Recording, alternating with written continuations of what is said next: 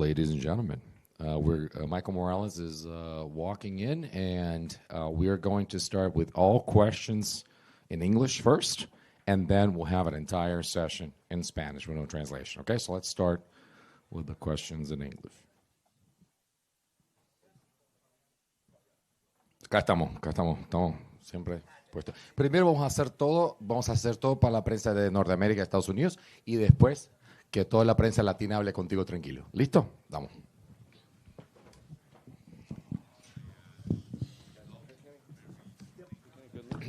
Michael right here.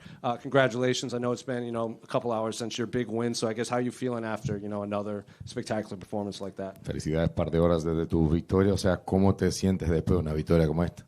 Muy bien, tranquilo, ya más calmado después de la pelea y pues muy feliz por esta oportunidad que Dios me dio por salir con la victoria y con la mano en alto. Very happy, more, a little cooler now and calmer after the fight, and happy and grateful for this opportunity that God has given me to win this fight. Can you walk us through the shot that dropped him and then the follow-up punches that eventually put him away? Vamos al paso a paso de lo que pasó, o sea, el golpe que inició todo hasta el momento que básicamente se terminó la pelea. Después hablar un poquito de esa secuencia.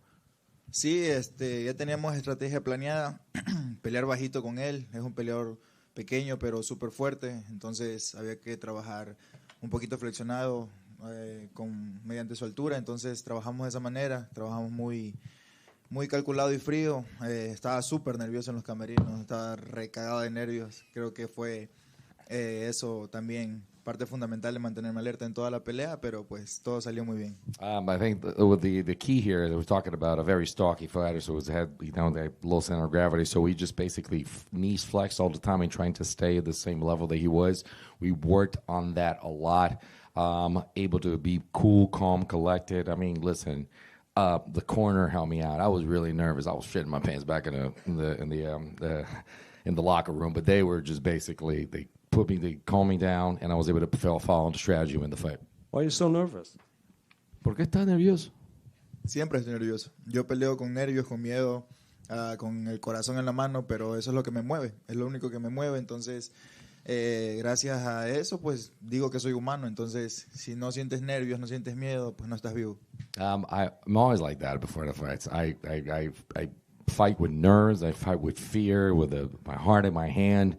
And I've always been like this because I take it to heart. I always tell people, if you don't have fear, if you don't have the nerves, you're not alive. You put the mask on. You shouted your mom out. Have you had a chance to speak with her? And why did you? Obviously, we know why you chose the Miles Morales mask, but why did you bring it to MSG? Bueno, primeramente, no sé si tuviste la oportunidad de estar con tu mamá ya, pero ya pusiste la máscara y todo, o sea. Obviamente que sabemos por qué elegiste a Miles Morales, ¿por qué la traíste acá a MSG? La traje, siempre lo he querido hacer, ya he llevado tiempo con lo del Hombre Araña, me gusta mucho Miles Morales, pero pues ya era hora, en algún momento, no me importa si la UFC me multa ya a la final, es lo de menos ahorita, lo importante es la celebración, lo importante es que la gente lo haya gozado, lo haya disfrutado, y pues en el Madison nadie ha hecho eso, así que era la primera vez para todo el mundo. Been wanting it for quite some time. I meant to do it. What better place to do it? I figured, listen, just wanted to celebrate. I don't care if they're going to give me a fine or something like that. We had to get it done. The important thing is that people enjoyed it. And that's pretty much it. Just might as well just do it here. What did you make of Islam's performance against Jack? ¿Viste la pelea de Islam? ¿Qué piensas del performance de Islam? Yo le iba a ir a Islam, le fui a Islam, de hecho. Bueno, no, perdón, fue a Jack, yo le iba a Jack de la Magdalena. Tuvo una pelea muy dura, ya sabíamos que Islam lo que quería era recibir menos golpe y pues luchar más. Así que esa fue su estrategia, fue la manera en la que peleó y pues lo hizo bien.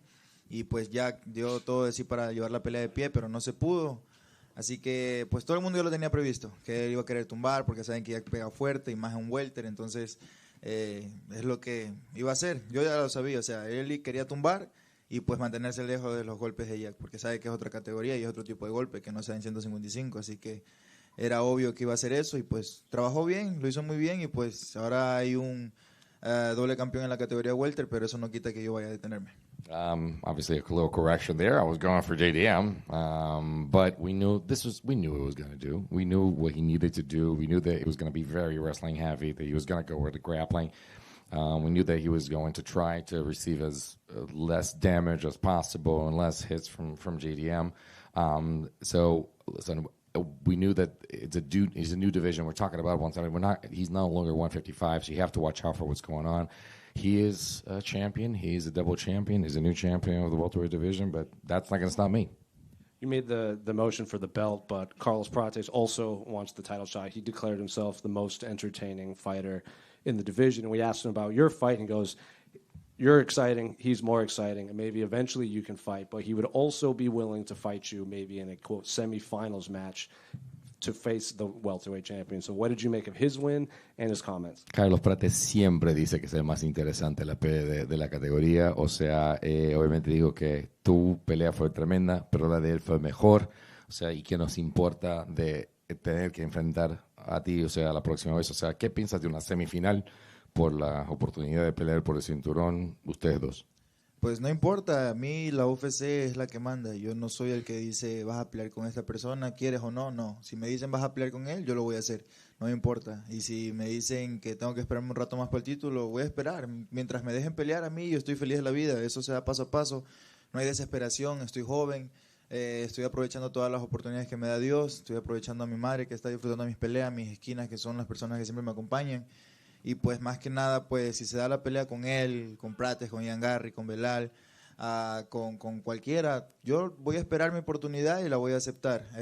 Creo que está más que claro que yo cumplí mi promesa, una vez más lo digo. Cumplí mi promesa de ganar la pelea al primer round, cumplí mi parte, los otros peleadores no lo hicieron, así que el que se lleve la pelea, pues ese es el que el presidente diga, ¿no? Listen, the UFC owns this one. The UFC makes the shots, makes the calls. They will see who's going to fight who, and so we're just going to follow the suit what they say. And listen, if I'm supposed to fight Prates, I'll fight Prates. If I'm supposed to fight Ian or Bilal, whoever it is, I'll take it. I'm not going to turn down a fight. I want to fight for the title. If I need to fight one of them, okay.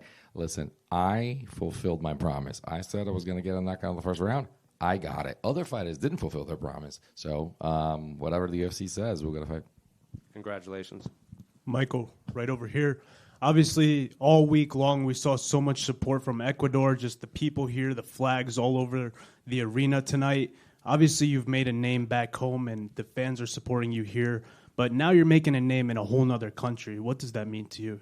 Obviamente, toda la afición de Ecuador que está toda acá, o sea, durante toda la semana, hoy acá en la NEA también un montón de gente, pero ahora tienes el aporte de otro país también. O sea, ¿cómo te sientes de volverte una estrella? Muy contento, o sea, no me lo tomo como una estrella, sino como un representante de todas esas personas, ¿no? Que se emocionan al ver a un peleador que admiran, que se emocionan al ver a su peleador favorito. Yo lo he hecho, también he estado en su lugar y pues simplemente sé qué se siente ver a alguien e inspirarse en esa persona. Entonces, estoy muy agradecido con todas las personas de Ecuador, con todas las personas de México, con todas las personas de aquí, nacionales que vinieron a ver la pelea. Estoy muy contento, muy feliz. Estamos logrando muchas cosas increíbles gracias también a mis entrenadores. México fue las personas que me abrieron todo este camino, todas estas puertas que me abrieron fue ahí en México. Y pues a Raúl, él fue el pilar fundamental también para que yo haga muchas cosas buenas en UFC. Así que agradecido con todos ellos y pues nada, simplemente concentrado. Lo que importa ahorita es estar concentrado en la pelea. No me la voy a creer hasta tener el cinturón en mis manos y pues que Dios dicte mi camino. Obviously very happy with the support, very happy to be, and I don't consider myself to be a star, but, you know, someone that's a representative of all of them, from Ecuador to Mexico, and I'm happy from everyone from any country that was here as well, and I just feel that it's good to have somebody, because I've been in that situation, to have somebody that's an inspiration to you, so you can provide that inspiration. I'm just going to be the most important part, very grateful for everything, very grateful for the opportunity, again, that has given me to actually do this, but I'm happy for Ecuador, happy for Mexico, this country that has embraced me and has welcomed me. My coaches, my corners, Raul has been the pillar, the fundamental pillar of the opportunity that they've given me. I'm just very happy and grateful for them, and I'm going to continue to enjoy. Thank you.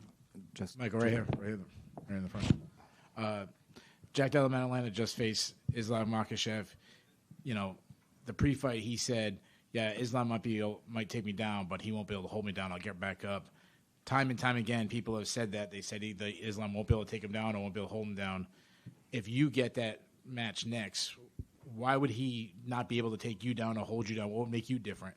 O JDM acaba de pelear contra Islam, como sabes, y durante toda la semana y hace mucho tiempo ha dicho, puede ser que me tumbe, puede ser que haya derribo, pero me levanto y no me va a mantener ahí.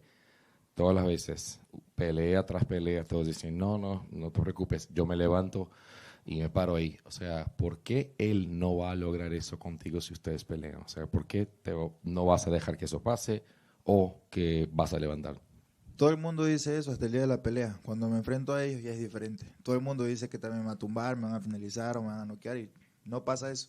Así que lo único que hago es dejar que hablen y yo hacer lo mío, que es mi trabajo, estar concentrado, estar listo para la pelea. Así sea la persona que sea ahorita que es el actual campeón, no me importa lo que él diga, yo voy a hacer lo mío, mi trabajo, mantenerme en silencio y pues también a noquearlo. They've said this about me as well. Every single time, every fighter has said, "Oh, I'll take him down. I'll just tell you, I'll work him down the ground." I mean, it's gonna happen. They say things and they are not able to do it. The one thing, as he said before, I'm going to continue to be focused. I'm going to be calm about this. Continue to put and show the hard work that I put in, and that's not going to happen.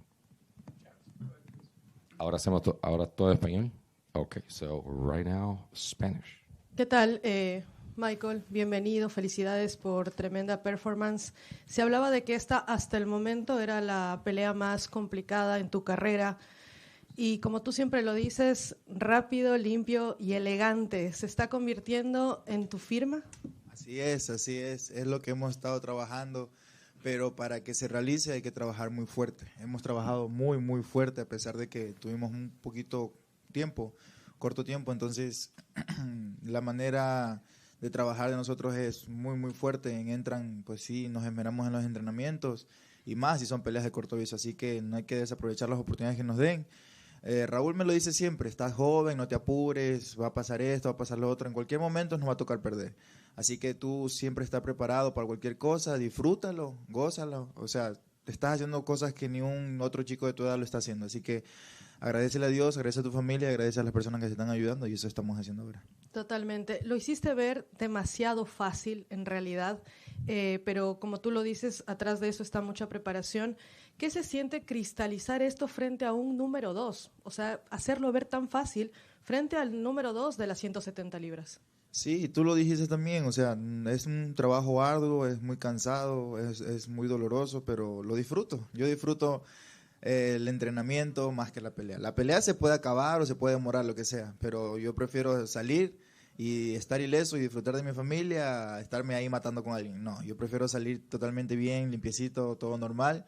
Y pues ya, en el entrenamiento sí, que sangre, que llore, que sude, que la sufra, que en el corte de peso no me dejen salir del sauna, todo eso es parte de lo que me hace crecer como peleador, desarrollarme como persona, porque sé que ahí mi mente está forzándose a algo que cualquier otro dejaría ahí botado y se iría a su casa nomás a descansar. No, yo pues me quiero quedar, quiero vivir la vida del peleador, así que es lo que estoy haciendo, lo disfruto, lo gozo y en el momento que tenga que dar sus frutos, pues los voy a recibir, bienvenido sea. Michael, así como nos gusta, ¿qué te dijo tu mamá justo antes de entrar al octágono? Me chucheó, me puteó, me dijo de todo, pero que salga ganando el primer round. Mi mamá me dijo eso sí, gana la pelea el primer round, no me haga sufrir tanto, hijo de puta. Eso fue todo. Pero ella está contenta, mi mamá está ahí, está feliz, ya están ahí afuera haciendo banderazo. Así que ahorita voy a ir a verla, nos pegamos unas bielitas y ya a descansar. Michael, si no se da directamente esta oportunidad para el título que le pediste a Dana White hoy, ¿aún sigues pensando en Ian Garry o tienes otro nombre ya del top 5 porque ya te enfrentaste ahora a un ex 2? Sí. No, o sea, no importa si es Ian Garry, como te digo, si es Ian Garry o ¿verdad? Ellos tienen sus peleas ahorita. Así que dependiendo de eso se van a dar los resultados. Yo sí tengo pica con Ian Garry, o sea, sí le quiero sacar la chucha. Pero yo estoy esperando mi oportunidad y lo que diga Dana White. O sea, él es el presidente y pues si gana su pelea, bien, nos va a tocar en cualquier momento. Porque también es retador del título, es un prospecto también. Al igual que Prates, también ganó su pelea muy bien. Así que hay que esperar, solo hay que esperar. Esto es cuestión de tiempo. Y se acabó. Ya el título ya está ahí para los 3 o los 4, quién sabe. Que venga uno más, así que hay que esperar nada más. Y bueno, ya para finalizar, tu saludo para toda la gente ecuatoriana que está más que prendida de tu carrera y hoy de tu pelea. Todos los videos se han hecho virales, así que tu saludo. Así es, pues lo prometido es deuda, cumplimos con la palabra. Vamos a ir a Ecuador a celebrar esta gran victoria, espero verlos pronto. Vamos a ir al partido de Ecuador también, que va a ser ahora en esta semana, así que a disfrutarlo, a gozarlo. Les dijimos que el ecuatoriano es arrecho, y si se muere, muere arrecho. Así que hasta el final vamos a meterle mucho corazón, muchos huevos también en ese partido y a darle con todo. Michael, por acá, qué gusto estar otra vez por acá contigo. Felicidades por una gran victoria. Técnicamente te mostraste superior en todo momento, desde el inicio controlando el centro del octágono. Te pregunto, ¿en la estrategia salió todo lo planeado o te sorprendió que él nunca buscara el piso?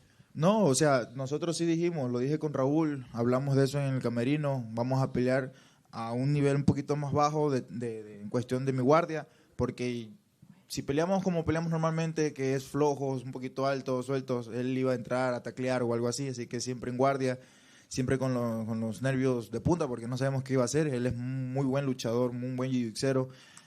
También se lo dije ahí al momento al salir de la pelea a su esquina, que le deseo lo mejor a él y a su familia, porque sé que tiene un hijo que apenas tiene meses de nacido, así que le deseo lo mejor del mundo. Tiene todavía todo el potencial para seguir subiendo la categoría, está muy fuerte, muy, muy fuerte, porque casi en el agarre que me hizo ahí arriba casi no me le salgo.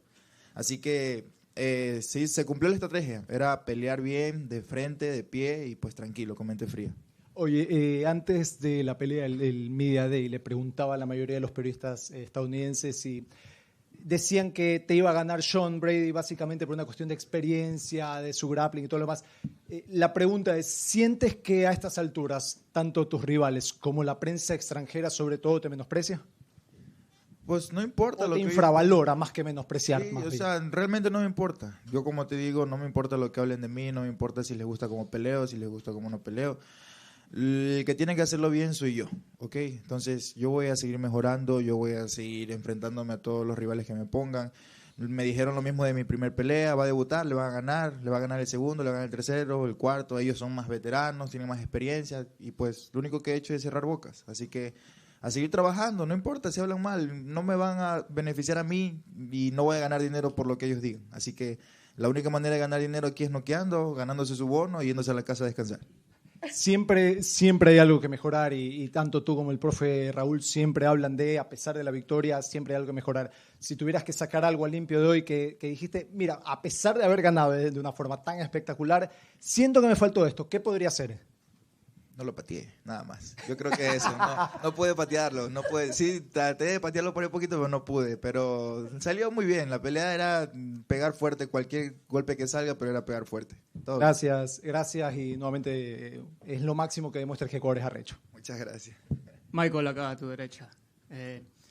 Primero que nada, felicidades y déjame decirte que nos llenas de orgullo a todos los ecuatorianos, sobre todo a los que estamos haciendo patria por acá afuera. Felicidades, en serio. Bueno, en primer lugar quiero preguntarte si tenías en mente, se te pasó en algún momento ganar la pelea así de rápido. Sí, o sea, lo dije desde hace mucho tiempo, quiero ganar la pelea del primer round. Aparte de que estaba amenazado por mi mamá de que tenía que ganar sí o sí rápido, entonces siempre busqué eso, finalizar la pelea al principio. Yo le dije a mi esquina, estoy muy nervioso por la pelea. Teníamos miedo de que nos tumbara y nos tuviera mucho tiempo en el piso, porque pues así se ganó la pelea del campeón actual. Entonces no queríamos eso, queríamos terminar la pelea rápido y pues todo se dio muy bien. Michael, hubo banderazo acá, hubo mucha gente ecuatoriana aquí en el Coliseo apoyándote, alentándote, gritando. ¿Cómo te sientes de recibir todo ese apoyo? Muy contento, muy feliz. Aunque no lo creas, a pesar de todo el ruido, alcancé a escuchar a mi mamá. La alcancé a escuchar a lo lejos y la vi y pues dije, no, ahí está mi mami. Por ahí está, hasta que la encontré. Y pues muy contento. De hecho, ella estuvo haciendo el relajo ahí afuera. Ahorita creo que están haciendo el relajo también. Pero muy feliz que la gente haya venido a disfrutar de esta pelea. El ecuatoriano se la busca. Donde sea se la busca. Estamos aquí, estamos allá, pero de alguna u otra manera nos apoyamos. A pesar de que también no nos apoyamos, lo poquito que se recibe, bienvenido sea, y lo que no, pues también. Así que a seguirle metiendo. Por último, Michael, ¿qué mensaje le das a todo el pueblo ecuatoriano que se siente muy feliz, muy emocionado contigo con esta victoria? Que estamos logrando muchas cosas en 2 pequeños pasos. O sea, esto apenas comienza, somos 4 ya, van a venir 5, van a venir 6, pero le estamos dando con todo. O sea, lo hemos demostrado en el contender, lo hemos demostrado con todas las estrellas que están llegando al UFC, con los veteranos del UFC también de Ecuador. Entonces esto es paso a paso, simplemente no dejar de apoyar, eso es fundamental. A pesar de las críticas, a pesar de los malos comentarios y cosas malas que pasan, pues el ecuatoriano no se detiene, no se va a detener nunca, y pues creo que lo único que puedo decir es que la única manera de que sobresalimos nosotros en Ecuador es poniéndole mucha rechera y muchos huevos a todo. Gracias, Michael. Michael, por acá. Acá, ¿cómo estás? En primer lugar, felicitaciones, por supuesto, por el gran triunfo a ti, a todo el equipo, al profe Raúl, a Andy, a Martín, que también lo veo por ahí. Felicidades a todos. Michael, 3 peleas consecutivas, 3 victorias por nocaut, las 3 en el primer round. ¿El plan siempre es salir lanzando y meter presión, o a veces, digamos, has tenido el plan mezclado un poco con esperar los huecos, esperar a ver qué te dice el lenguaje corporal del rival y esperar a ver sus intenciones? Es eso es lo último que dijiste, el lenguaje corporal es lo que me ayuda mucho. Yo escucho mucho en mi esquina cuando estamos peleando. Entonces, cuando yo veo que mi rival lo toco o algo, si no se le tambalean los ojos, no lo sigo. Entonces, hay que esperar el momento adecuado, hay que esperar a que vea que no puede pararse bien. Ahí es donde yo ataco de verdad. Entonces, la estrategia siempre fue tocarlo mucho, pero fuerte, y esperar la oportunidad de llevarlo hasta el piso y golpear hasta que no se paren. El jueves en la rueda de prensa, cuando se le preguntó a Sean Brady por la cantidad de ecuatorianos que estaban aquí apoyándote y que generalmente vivían acá en el área de New York y de New Jersey, y él dijo, simplemente los ecuatorianos están aquí por un partidito de fútbol del martes. No sé si te diste cuenta de eso el jueves, pero ¿qué opinión te merecería eso que dijo Sean Brady, sobre todo ahora que pasó lo que pasó? Le sacamos la chucha, lo único que puedo decir es eso, le sacamos la chucha y no importa lo que él diga, se hizo el trabajo, se hizo muy bien y todos los ecuatorianos estuvieron aquí presentes para recargárselo, que estuvimos aquí para la pelea primero y luego para el partido, pero también para la pelea, así que se hizo. Y por último, para no perder la costumbre, ¿me regalas un arrecho Ecuador? Arrecho Ecuador, hijo de puta. Michael, por acá. ¿Me ves? Sí. Okay, felicidades por el triunfo para empezar. Y bueno, tú mencionas algo muy importante que es cómo has desarrollado el oído, cómo tú escuchas muy bien a tu esquina. ¿Hay un ejercicio en específico que desarrollen en el gimnasio de Entram para que tú puedas escuchar a tu mamá, incluso hoy que la escuchaste en Madison? Sí, pues lo he venido entrenando desde muy chico. Mi mamá fue mi esquina, entonces hacía mucho caso, y aparte como entrenaba desde muy pequeño, como te digo, tenía la costumbre de hacerle caso mucho a mis esquinas, o sea, lo que escucho, a mis entrenadores. Entonces Raúl, Andy, Martín siempre me gritan y siempre los escucho, siempre. Cuando Andy me dice protocolo, es respiración, Martín me dice distancia, Raúl me dice más jab, más golpeo, entonces escucho todo eso, y así mismo escucho hasta a mi mamá estando a lo lejos. Así que es trabajo constante, es trabajo que se viene haciendo desde hace tiempo, y también he desarrollado eso, escuchar mucho a la esquina desde lo lejos que estén. Bueno, y ahora junto a Rakhmonov son los 2 invictos dentro de la categoría. ¿Crees que esta racha, como ya lo mencionan también los colegas, 3 victorias consecutivas en el primer round, los bonos y aparte tu racha invicta, sean superiores a la de los demás, que te hagan más merecedor a ser un contendiente al título? Pues sí, o sea, lo importante es cómo tú te desarrolles dentro de UFC. Si eres un peleador aburrido, pues no vas a dar tus frutos, ¿no? Entonces, no estoy diciendo que yo sea lo máximo, ¿no? Estamos creciendo, estamos empezando, o sea, esto apenas comienza, así que no hay que acelerarse, simplemente disfrutar el momento, disfrutar la pelea, disfrutar todo esto que estamos sintiendo ahorita, que es euforia más que nada, así que a mantenerse tranquilos. De aquí a enero otra vez a trabajar. Ahorita las navidades, la fiesta de fin de año, las viudas, todo el relajo en Ecuador, y después ya a volver al trabajo. A propósito de eso, ¿vas a seguir con la tradición de vestirte de viuda? Obviamente. hay que hacer eso popular. Aquí la UFC piensa que eso es de maricones, pero no. Eso hay que popularizarlo. Muy bien, Michael. Y nada más para finalizar, mencionas también la importancia de lo que ha sido el profe Raúl y todo el equipo de Entram para ti. Pero bueno, ¿qué puedes decir? Porque no solo para ti, sino para los ecuatorianos que han podido brillar internacionalmente, que han pasado por ese gimnasio que representa para el MMA ecuatoriano, para tu opinión, lo Entram Gym. Es como una segunda casa para mí. Raúl es como un papá, Andy, Martín también, son familia para mí. Entran, se ha vuelto mi hogar, y pues a pesar de que muchos van y vienen, yo prefiero quedarme ahí porque siento que de un 100% apenas llevo un 20% aprendido, me queda mucho quiero ser cinta negra en Entran, quiero aprender muy bien las bases de Raúl, quiero aprender muy bien sobre mi propio cuerpo, que Andy también aprende todos los días, él es un coach que se actualiza cada rato, entonces me queda muchísimo en Entran, me voy a quedar ahí, voy a permanecer ahí, yo soy Entran también, así que lo importante ahora es seguir trabajando, seguir mejorando, traer más peleadores que aprendan, que se eduquen como peleadores de MMA, y más si son ecuatorianos. Por mí estaría súper orgulloso de que vinieran y dijeran, aquí entrenó Michael también, así que bienvenidos sean también, y pues nada, a esperar a que trabajen duro también. Muy bien, Michael, gracias. Michael, por acá, ¿qué tal? Ya, ok.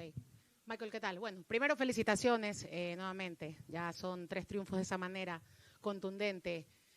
Por parte tuya. Bueno, otro de los temas que también se venía conversando era el tema del peso durante la semana y bueno, cómo terminó siendo beneficioso para ti. ¿No has considerado a lo mejor en un futuro, no sé si inmediato, lejano, pelear en la siguiente división?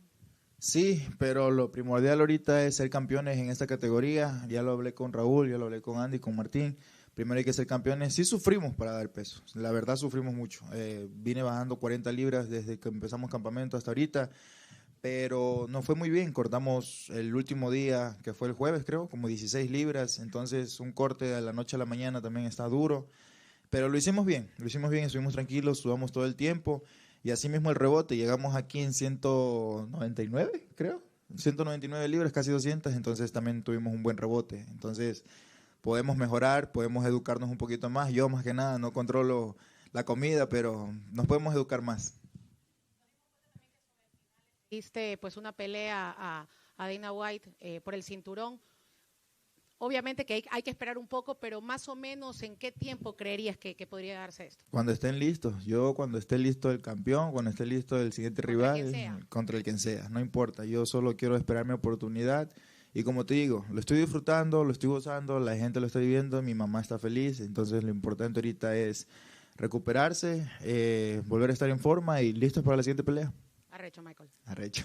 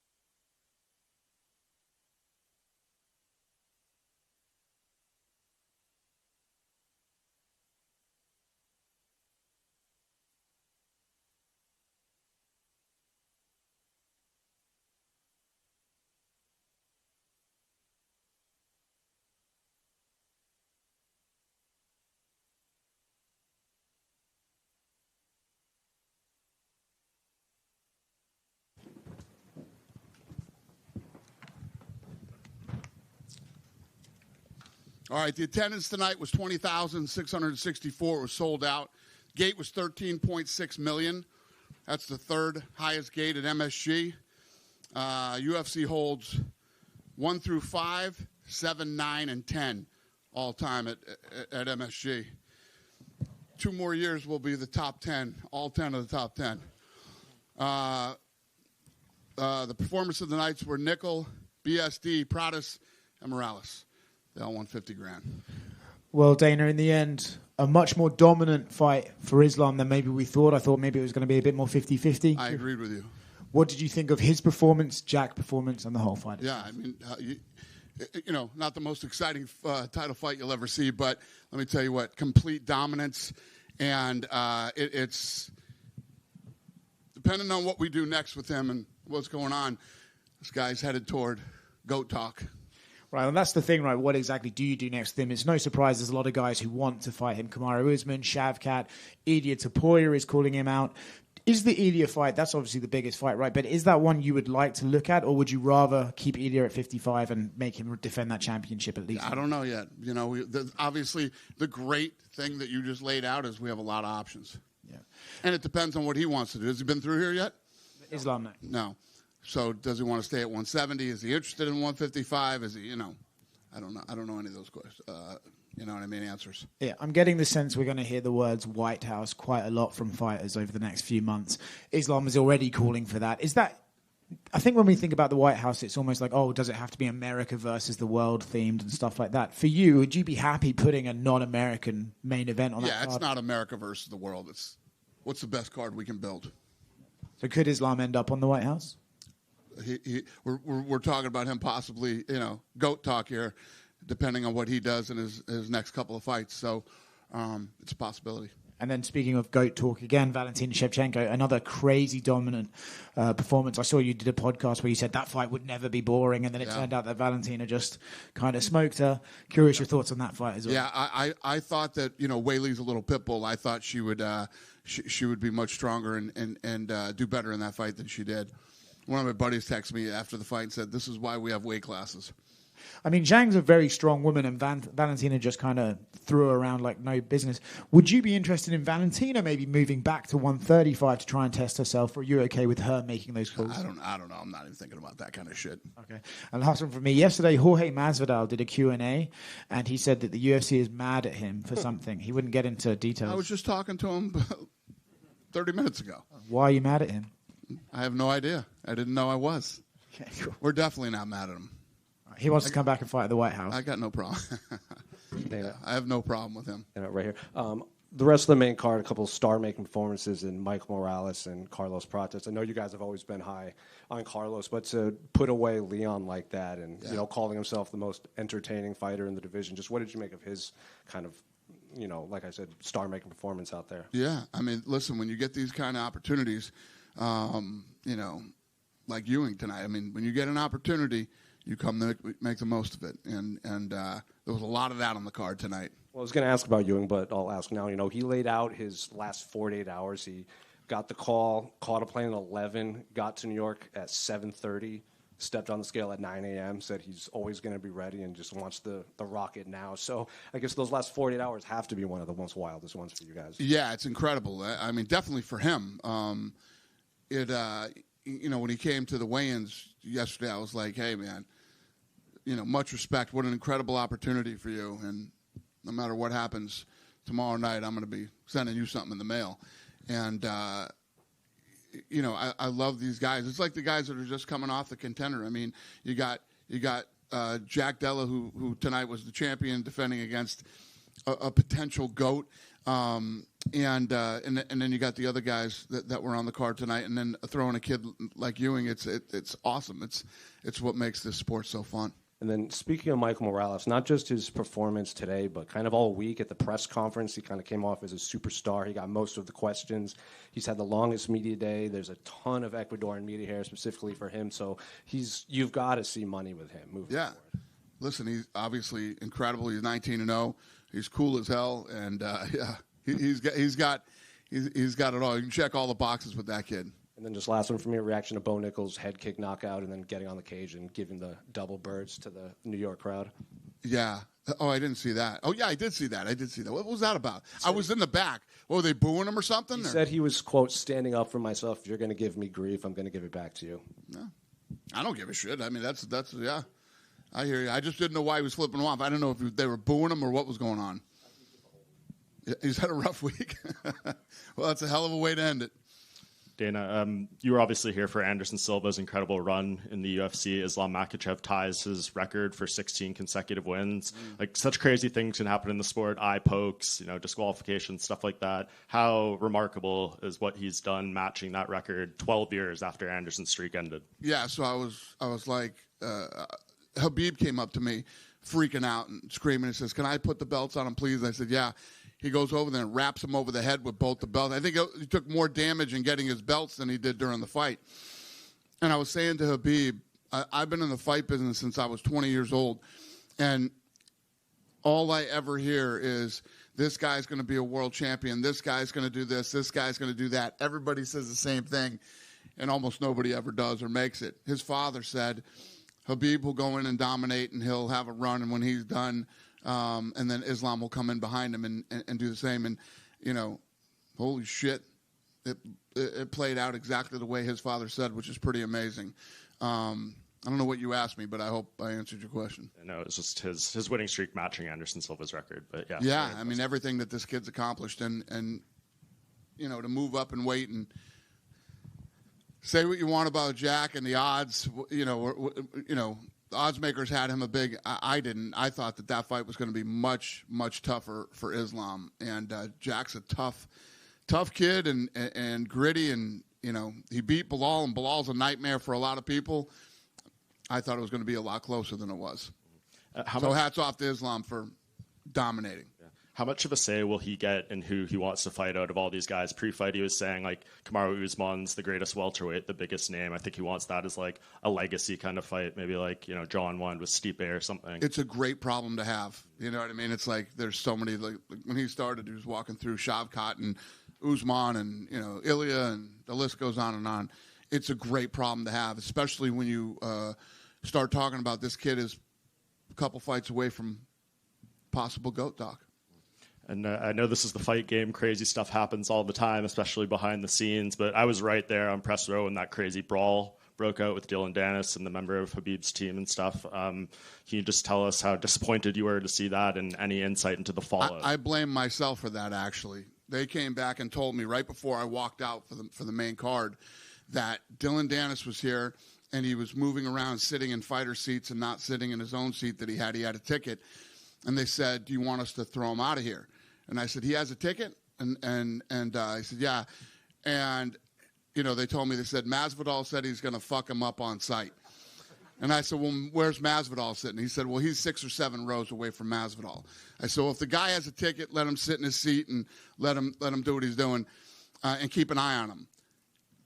It never even crossed my mind, as stupid as this could be, that the entire Muslim Brotherhood was here tonight in the first 5 rows for Islam. And as soon as it broke out, I was over on the other side, and I go, fuck. I know exactly what that is. I knew it. And, yeah, you will never see Dylan Danis at a UFC fight ever again. Yeah, I was going to say, he's wanted badly to come in this company, and he said you guys don't want to sign him because he makes too much trouble. I guess point made. Well, that and a lot of other reasons, yeah. But yeah, you'll never see him at another fight. So they called me from downstairs and they said, we got him down here. Do you want to press charges and have him arrested? And I said, no, we don't want to press charges. This is the fight business, man. You know how I feel about this shit. You know, and I could have prevented this tonight, and I messed up. Yeah. Anyone else get arrested or anything like that in the fall? Not that I'm aware of, no. Okay. We're not pressing charges. I'm not speaking for MSG or anybody else that was involved in this thing.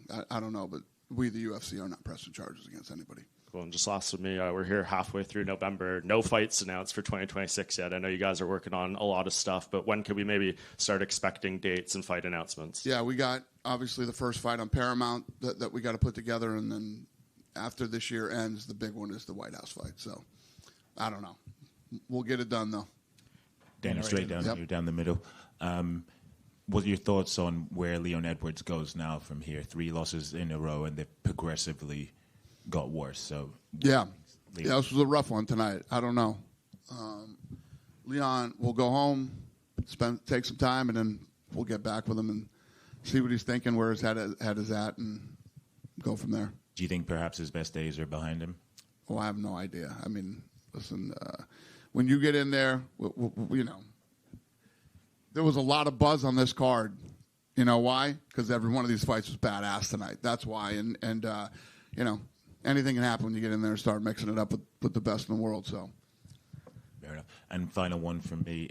A few weeks removed from UFC 321, which had the unfortunate eye poke of Tom Aspinall. I'm curious, have you spoken to Tom in recent weeks, and is there any update on him? There's no update.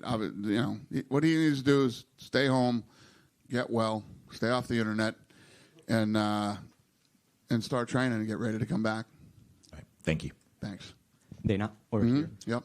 You mentioned Islam as a potential GOAT, so I was wondering, how do you think the pound-for-pound ranking is going to look like next Monday? What do I think the pound for pound is going to look like? Yeah. I think Islam's going to be number one. That's what I think. And but it's not up to me. It's up to you guys. You guys are the guys that vote on that shit, not me. And if you had to, we know you like to do. And you're usually wrong, so it'll probably be Ilya on. And if you had to do a GOAT ranking as of right now, currently, would John Jones still be the first one? Yes, John Jones is still the GOAT, whether you like it or not. Go ahead, sir. You had I want to talk about the main event. You said it wasn't the most exciting fight. You're not scared to criticize the ref. Do you think Herb Dean should have stood him up? There wasn't that much action going on. No. I think that, in both fights, the co-main and main, they got the takedown. They got the dominant position. They were trying to work. They were trying to move.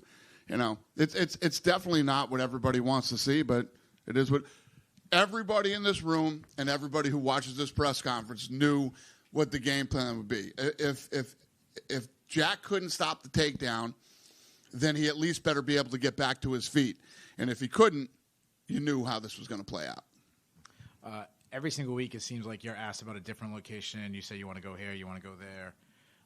In 2026, 2027, will we start seeing you more on the road and less Apex shows?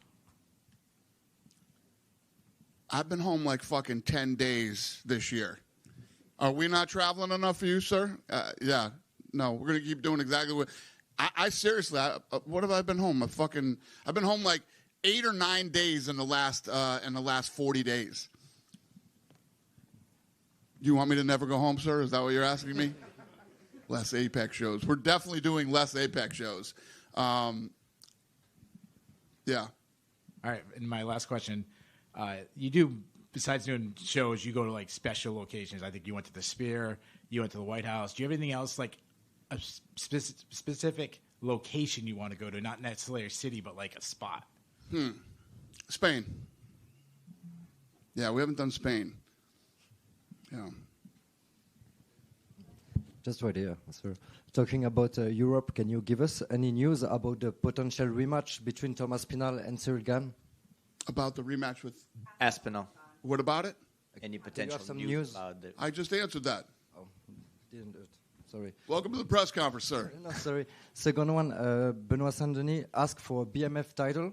Does he have the right profile for you to get this belt? I don't know. I'm he did, yes, and I don't even think about that stuff tonight. We'll fly home tonight, have all day tomorrow, get back in the office Monday, and then Tuesday we start. You know what I mean? I don't even think about that stuff tonight. Thanks. But I understand. Listen, he wants to fight for the BMF. Prodis tonight was all over me. He wanted to get back into the octagon and square off with Islam, and everybody's all fired up tonight. We got to take some time to figure out what we're going to do next. And just little one, we have 3 number 1 contender in France: Manon Fiorot, Cyril Gane, and Nassourdine Imavov.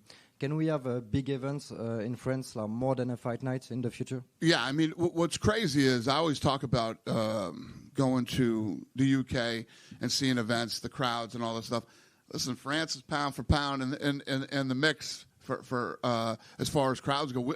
So I'm also one of the owners of SLS Skate League. We just did a skate competition there, and the French kid pulled off a trick there, and the place went crazy, and it was sold out. Everybody started throwing their water bottles into it's pretty badass in France, the live events. So the long-winded answer to your question is yes. Thank you, sir. Yes, sir. Danis, straight ahead. I know the focus is on 322, and rightfully so, but big picture, I mean, what you guys did in Vegas with Canelo and Crawford, tonight at MSG, planning for the White House card. You've come so far from working for Peter Welch in Southie. He's here tonight, yeah. Is he really? Yeah. Is there a lesson that you still hold on to from that time? I mean, it's amazing where you were and where you are now. Yeah, what's the question? A lesson that you learned from Peter back, I think you were 19, 20 back then? I learned everything from him. Everything about the fight business I learned from him. Everything the principles you still apply now? Well, different. I mean, we learned the fight game from him, and then I had to get into, when Lorenzo, Frank, and I did our first live event, we'd never done a production ever. We'd never done production. It was our first time ever.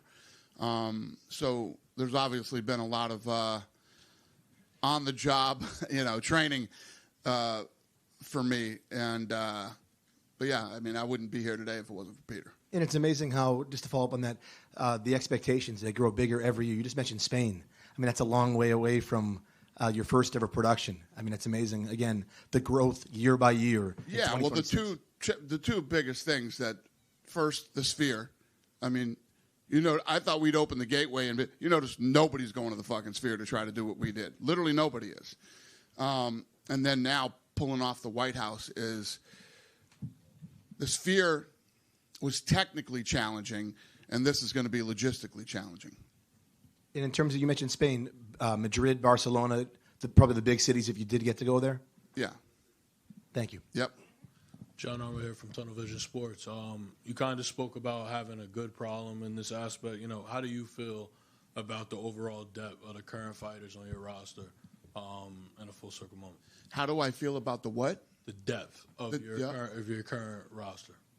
The entire roster? The entire, from all the divisions. How do you feel about the talent the UFC has? Really good. I think that, if you start to, I mean, the 55-pound division is nasty.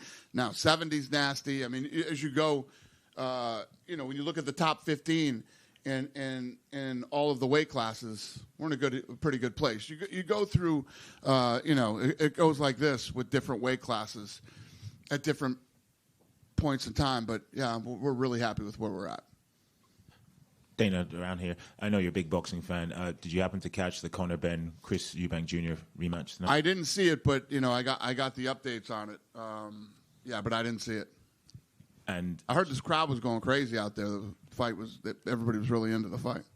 Yeah, and did you see the fight that's reportedly being worked on for December 19th in Miami? Did I see the fight being worked on December 19th in Miami? Yeah. No. Do you know which fight I'm talking about? No. Fair enough. Oh, Jesus. That's a fucking bad idea. That's a bad idea. But let me tell you what. A lot of people watch that one. Will you watch it? Sure. You know what everybody's tuning in for on that one. I think everybody's going to get what they've finally been waiting for. Dana over here. Back here. I know you mentioned Islam joining the GOAT debate potentially. Where do you rank Khabib in terms of GOATs of coaches?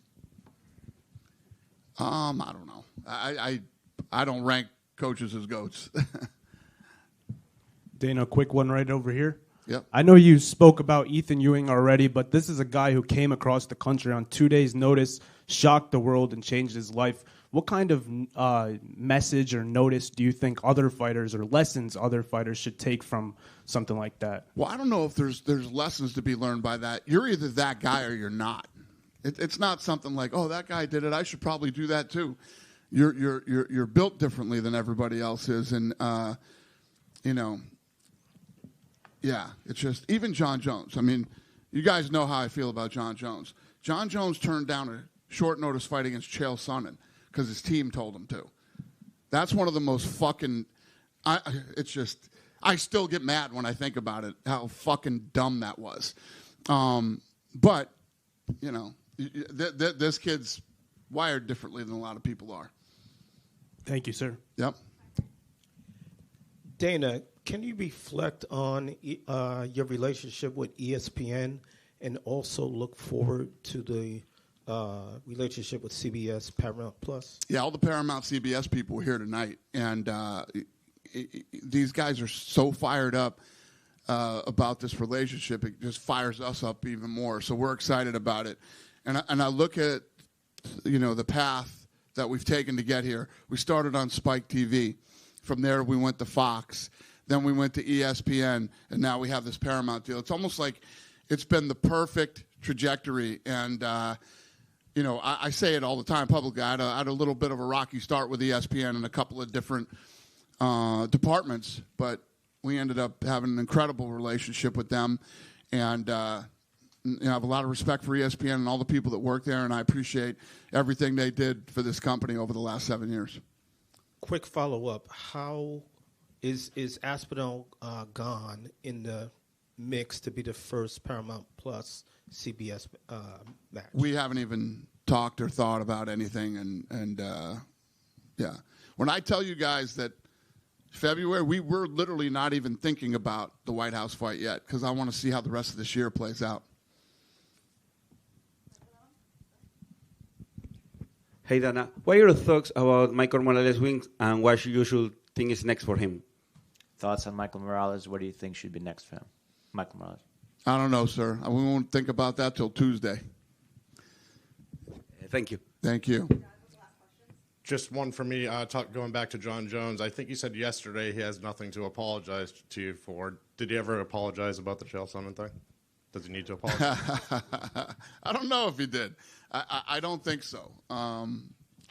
You know, I think that he was in a position where he had coaches in a team and they all wanted to have input into what he did, and he listened to them, and fucking crazy. Anyway, yeah, no. I talked to John Jones last night, actually. Yeah. I got nothing to say about it. I don't know. I just talked to him last night. Good?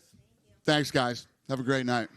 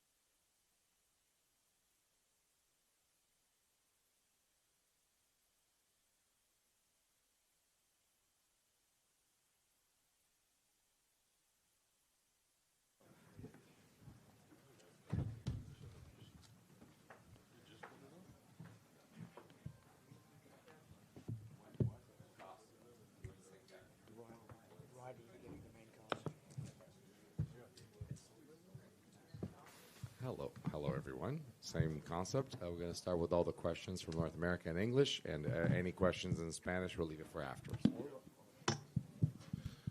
Valentina, here to your right. Congratulations. That was an extremely dominant and impressive performance. How did it go relative to your expectations and your game plan? Hard to say. I definitely expected a lot of... I was preparing for a war. I even took all my anti-inflammatory pills with me because I didn't know how I'm gonna walk out from the octagon. But I feel that as a training camp and all trainings, what I did and in preparation for this fight, it was so hard that it's helped me to have more less hard fight. But it was not something that I felt like, oh, it's going to be easy, something like that. Or during the fight, I felt, no. During the fight, from the very beginning to the very end, I could not let myself to be very sure, oh, it's going great and I relaxed now. No, because fighting with the highest level opponent, Weili, and she's highest level opponent, very dangerous in every moment.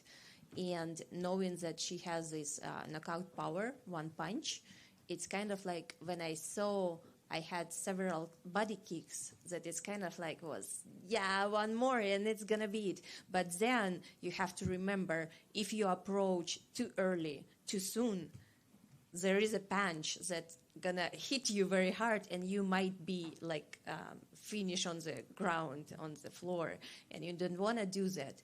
That's why I say the highest level, it's every time they don't, so you don't have any right to make any mistake. That's why, for example, we can see so many knockouts or other when the level of the fighters a little bit different, but when the level is kind of the same and the highest, it's going to be more struggle between each other. What does it say about you that you can go in there and win every round against someone that you consider to be such a high-level fighter? I don't know. You tell me what it say about me. I think it says you're one of the best ever, and you have the Good to records now. hear. Yes, of Very course. good. Does that mean anything to you tonight to tie Amanda Nunes's record for most championship fights in women's history? And this term, it doesn't mean for me, like to tie. I'm not chasing here to tie someone or like anything. No, but the victory over someone as Bailey, it means a lot. And it's not only about the fight, but this preparation for the fight. It was one of the largest, longest, and hardest training camp I ever had. Especially like I felt this morning I woke up and I had that feeling that I just fought in Montreal. And now I have to do it again. It's like so back to back for me because training never stopped and training camp never stopped. That's why it's very important. This victory is very important for me. You told me to ask you after the fight when we spoke before about Kayla Harrison saying she would like to fight you at 135 at the White House if you won this. What do you think about that now? I think it's one of the possibilities, yes, and I consider that. It's kind of like, for now, I want to take care of injuries, what I have. That's kind of like migrating from training camp to training camp with me. But after like maybe a week or something like that, we will have our conversation with my team, with my coach Pavel, and decide what is next, because I feel there is good challengers in flyweight as well. Erin, Natalia, and Bantamweight, now we have Amanda or Kyla. And I would say probably fans would love to see Amanda trilogy because it was unfinished business, but in the same time, it's unclear yet, is she return or not return? Is she fighting or not fighting? And also it's unknown in what shape she's going to return, like half Amanda or maybe full Amanda, who knows? Yeah, but Kyla, it's also one of the possibility, and it's going to be another like super challenge. Valentina right here. You know, Whaley didn't seem very committal on staying at flyweight or going back to strawweight. So after spending time in there, do you think she has the physical tools to stay in this division, or do you think she would be better off going back to strawweight? Oh, yeah, definitely. She has all the tools, physical tools in the flyweight division, and it's up to her if she want to stay here or she want to go back to strawweight. It's all up to her, but she has it all in both weight classes. How hard did she hit compared to some of your previous opponents that you fought for the title? Hard to say because I was like, I was not there to receive the punch. I was there to manage the distance. Understood. And as far as kind of the size, it really just seemed like you were able to bully her. You know, your size advantage was pretty clear. And I'm not saying you were just kind of throwing her around because you were larger. You obviously have very good takedowns. We've seen that part of your game, but did you notice that was kind of something that was very much a clear advantage that you're just like, well, I'm just going to keep going to the well for this because it's working? It was very rare occasions where I fight someone who is shorter than me. Usually in all my career, doesn't matter if it's flyweight, bantamweight, every time like my opponents are taller, like, and I have to battle with managing the distance, the range, and everything. But I would say Jessica Andrade and Whaley, the only fighters who was a little bit shorter than me. And I say that I like it. I was going to say, is that a preferable situation for you? So I mean, I think that's pretty much it. You covered me. Thank you. Valentina right here in the front. Going very similar question that he just asked. The commentators, they kept saying during the fight that you were so much bigger than her, you're stronger than her, there's a reason why there's weight classes. But then the fight right after, we saw someone move up in weight and dominate, very similar to how you did. Do you think that maybe that is getting stressed too much and not how great your wrestling was? I mean, if you think about it, Tatiana Suarez is a very decorated wrestler, and she couldn't take Whaley down, and you took her down with ease. Oh, yeah, it's definitely, there is all levels, and I feel definitely, I don't say that it's just the size. Because if it's only the size,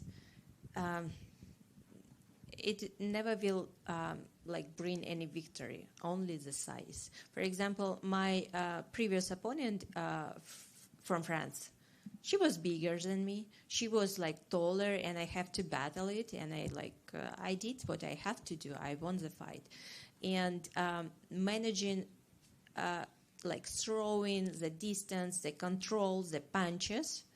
It's not about size. It's about how good you control your body, weight, and how good you can manage this. Because it's you can be big, but without a good control. You have to know your skills, and it's only come with experience. And I would say it is everything what I did today in the fight. It's only because of my experience in martial arts. 32 years, it's not a joke. Do every time what I have to do for to make this fight exactly how it was. Valentina, back here. Congratulations on the victory. What was it like to share the card with another GOAT like Islam Makhachev, another legend? It's amazing. It's a huge card. It's in Madison Square Garden, and definitely it's one of the last events of the year. And definitely so many bright and big names. And Islam, he did a very good job, and my congratulations to him. But the specific of our job, what we are doing, it's kind of very hard to actually in the moment think about it. You don't think about fight card, you don't think about venue, you don't think about anything else, just your opponent in front of you. Congratulations. Thank you. Hi, Valentina. Congrats first. Last time we spoke together was in Montreal, and you told me the thing that you love when you see in the eyes of your opponent when they break. When did that happen with Weili tonight? And does her surprise you in any kind of way? I would say after the second round she already felt, but as I'm saying, she is such a professional and experienced fighter that you cannot discard that they're broken. No, she was fighting till the end. But funny that one of the moment in the fourth and fifth round she was talking to her corners. So she was asking them something. I don't know, maybe it was something what you are saying about. Thank you very much. Thank you. You've been able to stand in the ring with the best of them, and Weili also being one of the most prominent fighters in the world as well. When you fought Nunes and other fighters like that, how much did those moments, those key moments in big fights, prepare you for a fight like this? Every fight, and it's not only big fight against champion. Every single fight, it's teach you something. Even you are thinking it's gonna be, it's another challenge, or not. No, it's gonna teach you so much, and it's good. It's very good. It's adding more experience, more knowledge for your future, and it's very important. More fights is better. When I, for example, just was starting my career, I was fighting everywhere. I was fighting Taekwondo, all North, South Korean, karate, all Kyokushinkai, Sitaru, Shotokan, all types. I was my coach Pavel was had so many friends in different organization, and he was someone calling us we have competition to this Saturday in karate. Do you want to participate? And I have. I will send some students. So I fought there. Then the next week, different rules, different competition, and that is what I say developed me as a complete fighter, as a universal fighter. But now it's good that MMA young fighters, they don't have to do all of this. They just come and train MMA, because MMA it's a sport itself. It's very beautiful, very very universal, and very versatile sports that I love so much. Valentina, enhorabuena por la victoria. Disculpas por repetir las preguntas porque ya lo has dicho en inglés, pero en castellano te quería preguntar. Has mencionado a Natalia y a Erin como posibles rivales que te emocionan. También la posibilidad de subir a disputar con Kayla o con Amanda. Si tuvieras que escoger, ¿quién te emociona más? ¿Quién te gustaría más enfrentar realmente? De verdad, en este momento yo creo que Amanda, porque es como algo que no está acabado todavía y toda la gente, si quieren ver esta trilogía, si quieren ver esta pelea, y de verdad yo no sé cómo ella se siente, yo refiero como peleadora, si todavía tiene este fuego inside de ella, porque es también muy importante. Si solamente peleador viene a pelear por dinero, no es vale nada. Tienen que tener este fuego adentro. El miércoles te preguntaba si antes de esta pelea y del resultado que hubiera, te considerabas o se te podía considerar ya la mejor peleadora de la historia. Ahora que has ganado esta pelea, ¿qué consideras? No es por mí decidir. No, nunca no voy a decirlo. No. Gracias. Gracias. Valentina, ¿cómo estás? Felicitaciones por la victoria. Gracias. Se da como un poquito de mérito, siento, porque te dicen de que Sean Wiley era muy chiquita para ti, por eso que no hizo el trabajo, pero cuando tú peleaste con Amanda Nunes, tú le diste muchas ventajas físicas e inclusive se olvidan de que la segunda pelea mucha gente te vio ganar a ti. Entonces pienso que realmente, no sé, veo como que hay cierta injusticia en que se habla de que tú ganaste porque tú estabas en ventaja, pero has estado en ventaja y has ganado. Yo creo que de verdad no escuché esto, que ellos estaban diciendo que es muy chiquita o algo así. Cuando antes de la pelea, toda esta semana de la pelea, todo el mundo dijeron que muy parejas y mucha gente pensaban que ella va a ganar, sí. Entonces, eso sí yo escuché.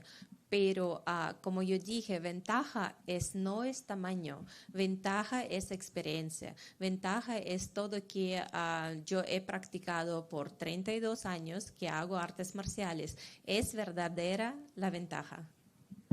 Claro, y definitivamente la gente está pidiendo una trilogía porque la segunda pelea, o sea, las dos fueron cerradas, pero la segunda pelea, de verdad que la mayoría de la gente te vio ganar. Otra persona todavía tiene que regresar al deporte. No podemos tener una pelea sin contrincante que todavía está descansando.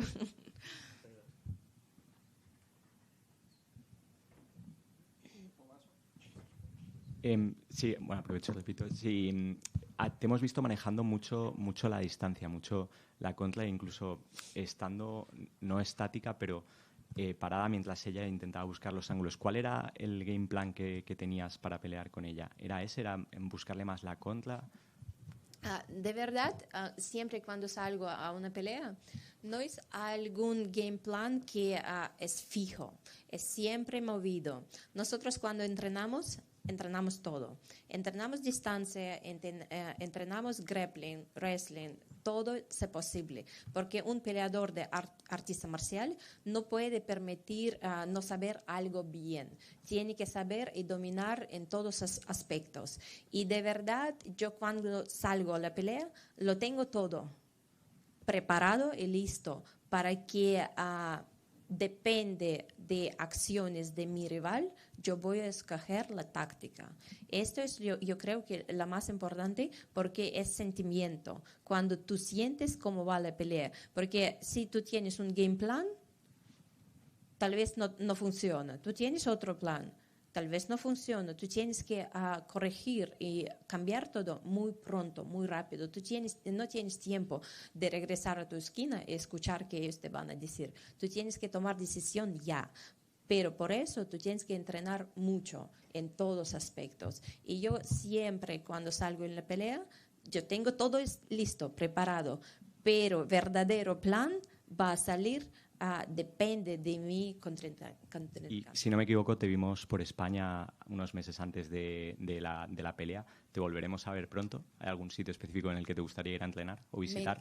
Me encanta. Yo estuve en España porque nosotros viajamos en Marruecos, en Tánger, y ahí cruzando en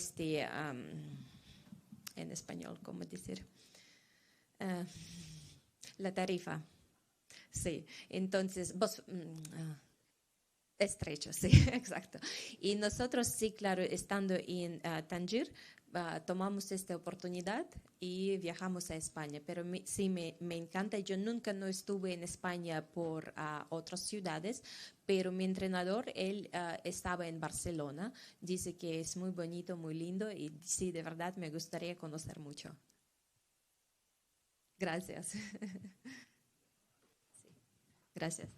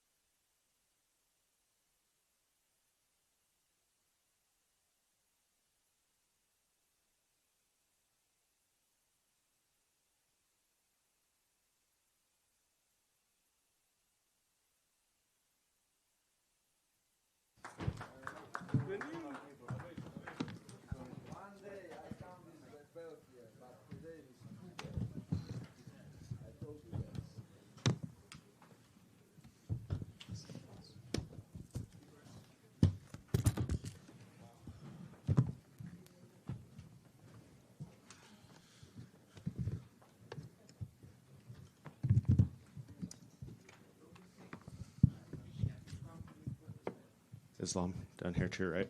Congratulations. I know this is a moment you've dreamt of for your entire career as long as we've talked to you. How good does it feel to have it happen compared to all your dreams about it? Wow. I feel so happy. I stay now, try to control, but it's the biggest day in my life and so happy to be double UFC champion in Madison Square Garden. And what I told all fight week is my dream today. Did you think that it was going to be that one-sided? Were you expecting Jack to maybe show a little more resistance on the ground or the feet? When I take him down first time, I feel it's going to be a long night and I can do whatever I want in the ground because I expect for him he gonna try to get up, but we're working. We watch his all fights. He have couple sweep, couple things in the ground, but I block him there, and that's why I make this easy.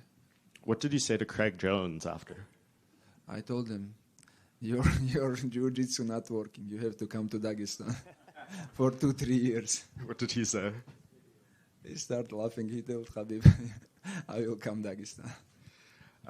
This is obviously your first fight at welterweight. How much better do you think the performances can get as you grow into this weight class?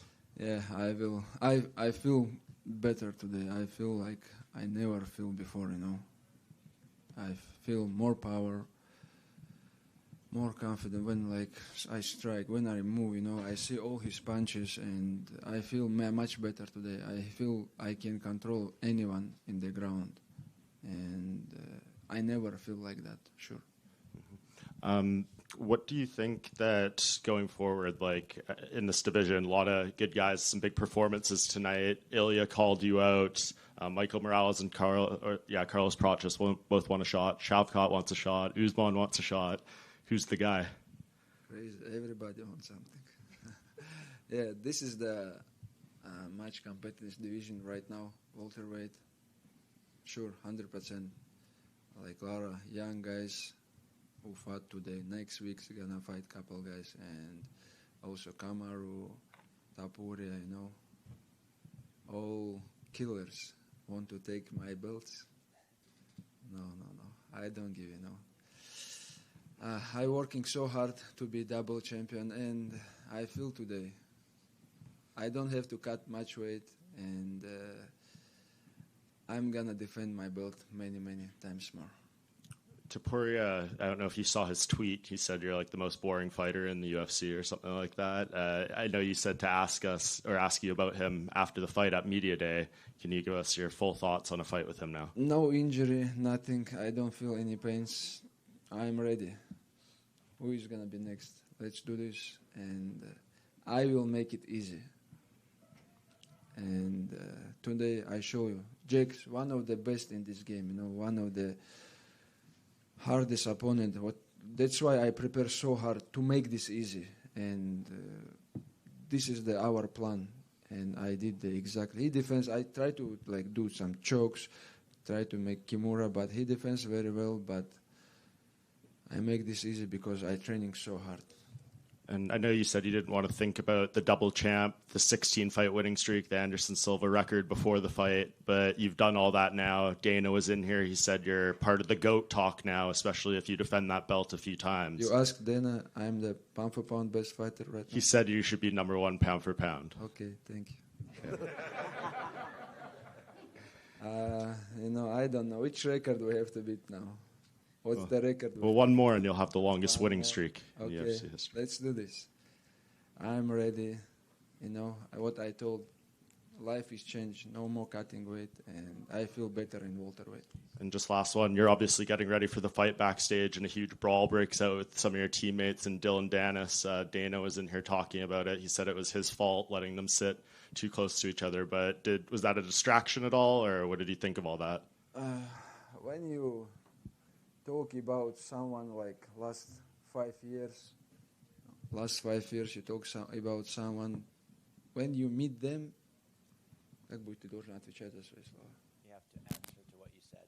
You have to answer what you said, And today, I don't think he answered, And he still say a lot of bad things about our team, and today he coming and somebody just meet him.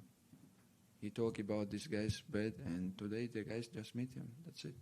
Dana said he's banned from UFC events for life, so he'll never be back to one. He have to ban from this country also. Islam, of all the welterweights that fought today, who do you think had the most impressive performance besides yourself? From today? Yeah. Yeah, I saw the both fights,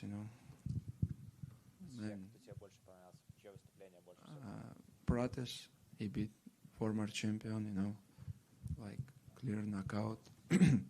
They're both very good, very tough, young.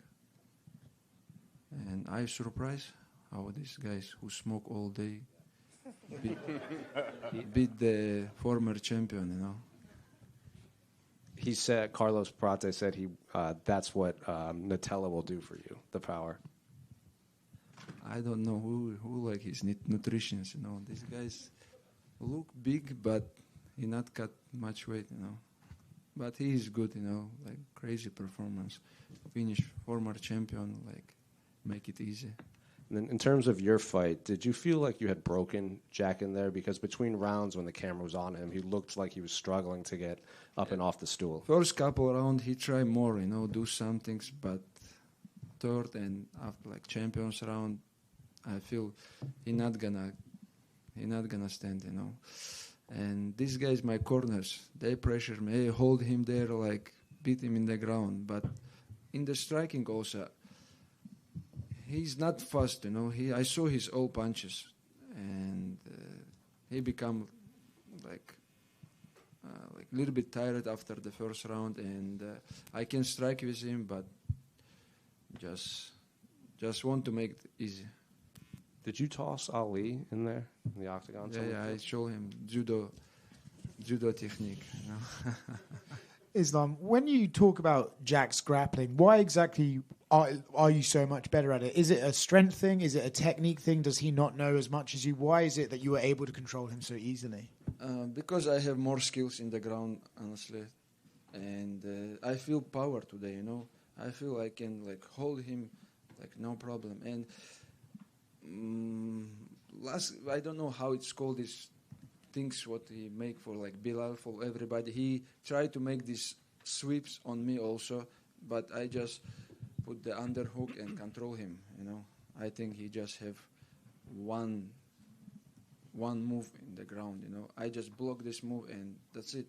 Do you think there was a moment in the fight, maybe after the first or second round, where he started concentrating on not getting submitted rather than getting up? Yeah. From the choke, he defends very well.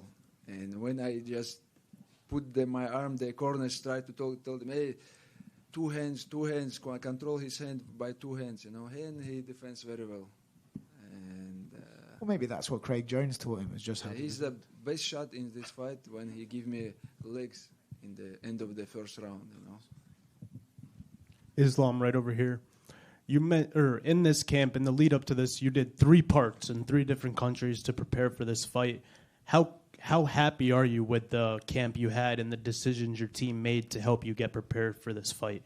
Yeah, I told and last week, this is the hardest camp in my life, you know. Usually first camp, you're just beginning to be like in shape, to back in the shape. But first camp, it was like hardest camp, you know. We was in the mountain, in the Kislovodsk, this is one of the city in Russia. They have big Olympic center for all Olympic sports, you know. And I spent 3 weeks, and we did a lot of weights, and I eat on time to gain weight, you know. I have one of the coach, he's one of the head coach of Taekwondo Russian team, you know. His name Saifullah. I did with him like crazy job, and the first camp, hardest one, and I improved a lot from that camp. What just we need, gain weight to become strong, to become big, and this is from the first camp. And obviously your team helped you prepare like they always do, but this fight, you know, everybody helped you in terms of, you know, bulking up and then training partners and stuff like that. Your coaches, the guys in your corner tonight. What does it mean to bring this victory back to the whole entire team? This is what I have to do to make them happy. We support and help each other, not for the money, for the somethings, you know. Just I win, they're happy, you know. And same things when someone fight from our team, I go to help them. I don't have fight. I just go to the camp, help them. Second camp, what we did in Dubai, we just go to Dubai to support, to help Usman and Omar to prepare. We go, all team, we went to Dubai, just help these 2 guys to become better, you know. And we wish like to each other to become better, you know, not because of money, because of something, because we're all brothers. And last for me, I hate to use the word easy because nothing of what you did this week, this month, the past couple months are easy. But where does this fight rank in terms of one of your easiest, you know, wins? Oh, good question. Camps is one of the hardest one. This is the hardest camps, but fights, maybe I beat Second time I beat Volk, this by knockout, and the last fight I choke. But today is easy also, but I not finish him, Thank you.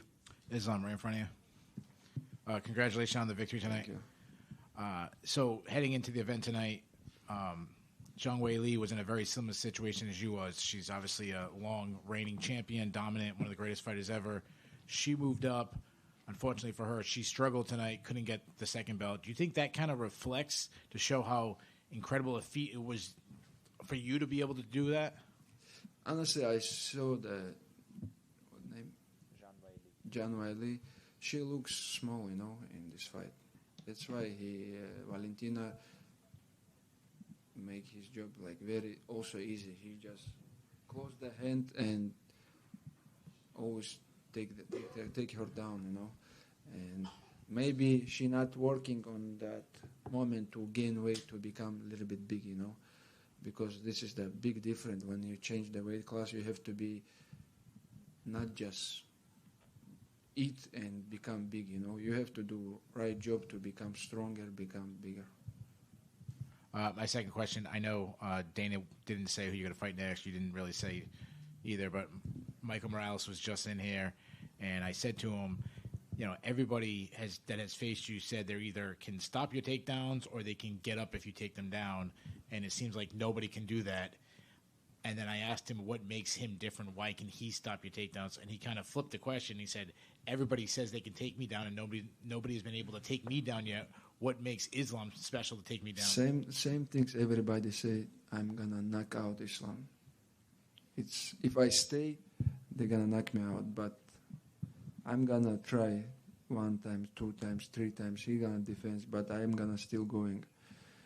And I told you guys in the welterweight, I don't think someone can stop my wrestling. And my last question. During this run, the only person to even give you a competitive fight, it seemed like, was the Alex Volkanovski in the first fight.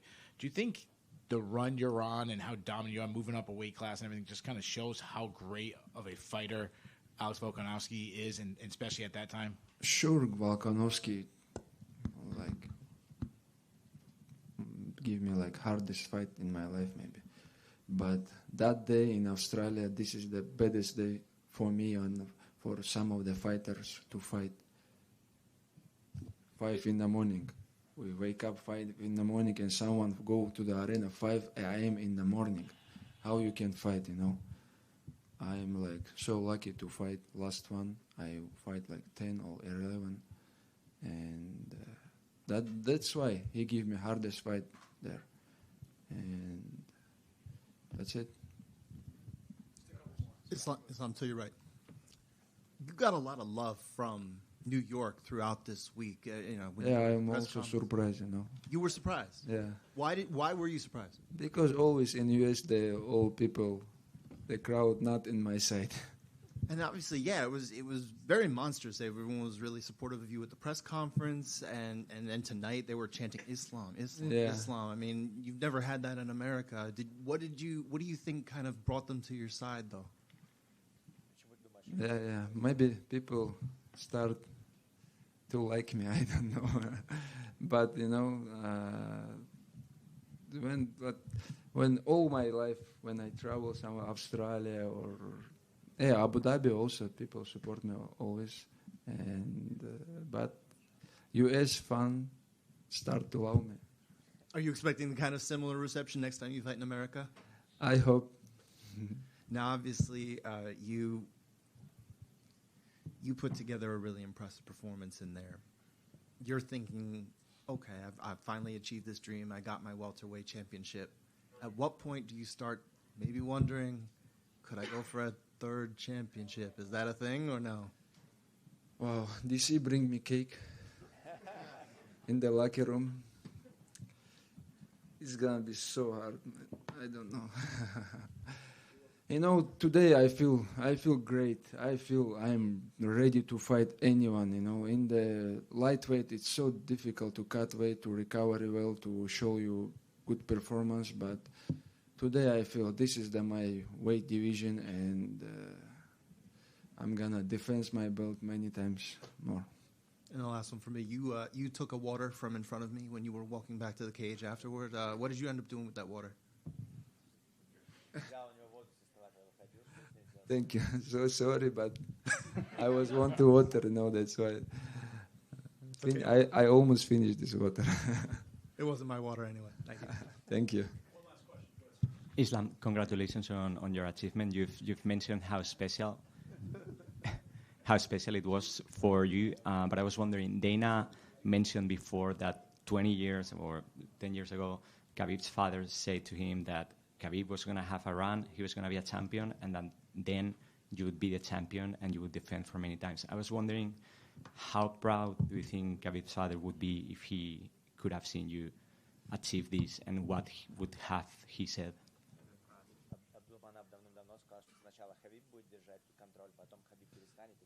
Yeah, Yeah, he will be proud of me, and the lightweight in our gym is the one of the competitive division.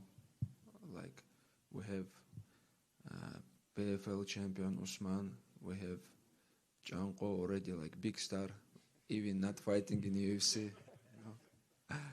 and we have a lot of more guys who gonna come and control the lightweight in UFC very soon. Landed the cleanest shots. Apparently, Chanko landed the cleanest shots in Dillon Danis. Do you think that would make him more of a star? Janko is a good striker, Let's don't talk about the shit person. We're gonna smell the shit, We're gonna still talking about the shit person. Thank you, guys. Thank you for all life. You promote me always. Thank you so much. I really appreciate it.